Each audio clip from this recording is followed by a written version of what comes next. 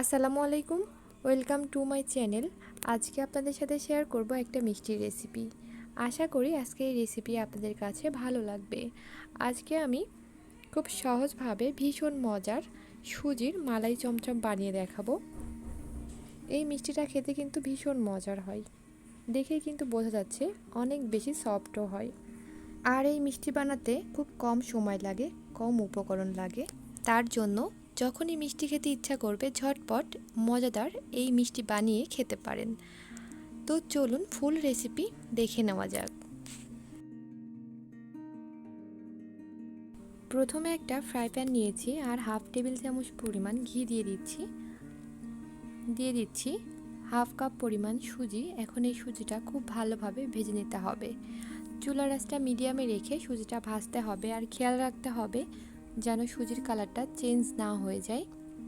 সুজির কালার সাদা রেখে কিন্তু ভালোভাবে ভেজে নিতে হবে। এখন আমি আরেকটা প্যান নিয়েছি আর দিয়ে দিয়েছি পরিমাণ মতো তরল দুধ আর চিনি। এই দুধের মধ্যে কিন্তু আমি সুজিটা দিয়ে নিয়েছি।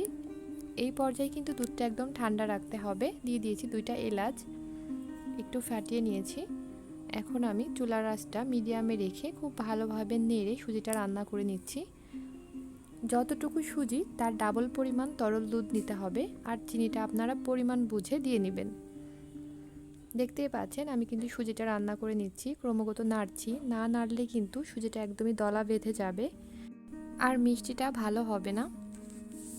দেখতেই পাচ্ছেন সুজিটা কিন্তু ঘন হয়ে এসেছে। যখন সুজিটা প্যান থেকে উঠে আসবে তখন বুঝতে হবে যে সুজিটা হয়ে গেছে। আর অনেকের কমপ্লেন থাকে মিষ্টি বানানোর পরে দুধের মধ্যে দিলে ভেঙে যায়। সুজিটা যদি ভালোভাবে রান্না করে না নেওয়া হয় সেক্ষেত্রে কিন্তু এই প্রবলেমটা হয়। এই জন্য চেষ্টা করবেন সুজিটা খুব ভালোভাবে রান্না করে নেওয়ার জন্য। আমি যেভাবে রান্না করছি সেম এভাবে রান্না করে নেবেন, তাহলে কিন্তু আর মিষ্টিগুলা ভাঙবে না। দেখতেই পাচ্ছেন প্যান থেকে কিন্তু উঠে আসছে। এই পর্যায়ে আমি চুলাটা অফ করে নামিয়ে নিচ্ছি। দেখতেই পাচ্ছেন সুজিটা আমি খুব ভালোভাবে মেখে নিয়েছি। এখন আমি মিষ্টি বানিয়ে নিব। আপনারা যেরকম সাইজের মিষ্টি বানাতে চান সেরকম সাইজের বানিয়ে নেবেন। আর অবশ্যই সুজিটা খুব ভালোভাবে মেখে নিতে হবে। সুজিটা যতটা ভালোভাবে মাখবেন মিষ্টি কিন্তু ততটাই ভালো হবে। দেখতেই পাচ্ছেন আমি সবগুলা মিষ্টি বানিয়ে নিয়েছি আর কিভাবে বানিয়েছি দেখে কিন্তু বুঝতে পারছেন। এখন আমি মিষ্টিগুলা দুধের শিরায় ভেজাবো। তার জন্য একটা প্যান নিয়েছি আর দিয়ে দিচ্ছি ঘন দুধ। এখানে আমি এই দুধটা জাল করে ঘন করে নিয়েছি, যেহেতু আমি মালাই বানাবো। দিয়ে দিয়েছি পরিমাণ মতো চিনি। চিনির পরিমাণটা আপনারা বুঝে দিবেন। দিয়েছি 2টা এলাচ আর তেজপাতা। এখন আমি ভালোভাবে জাল করে নেব। এখানে আমি তরল দুধ নিয়েছি, আপনারা চাইলে গুঁড়া দুধ নিতে পারেন।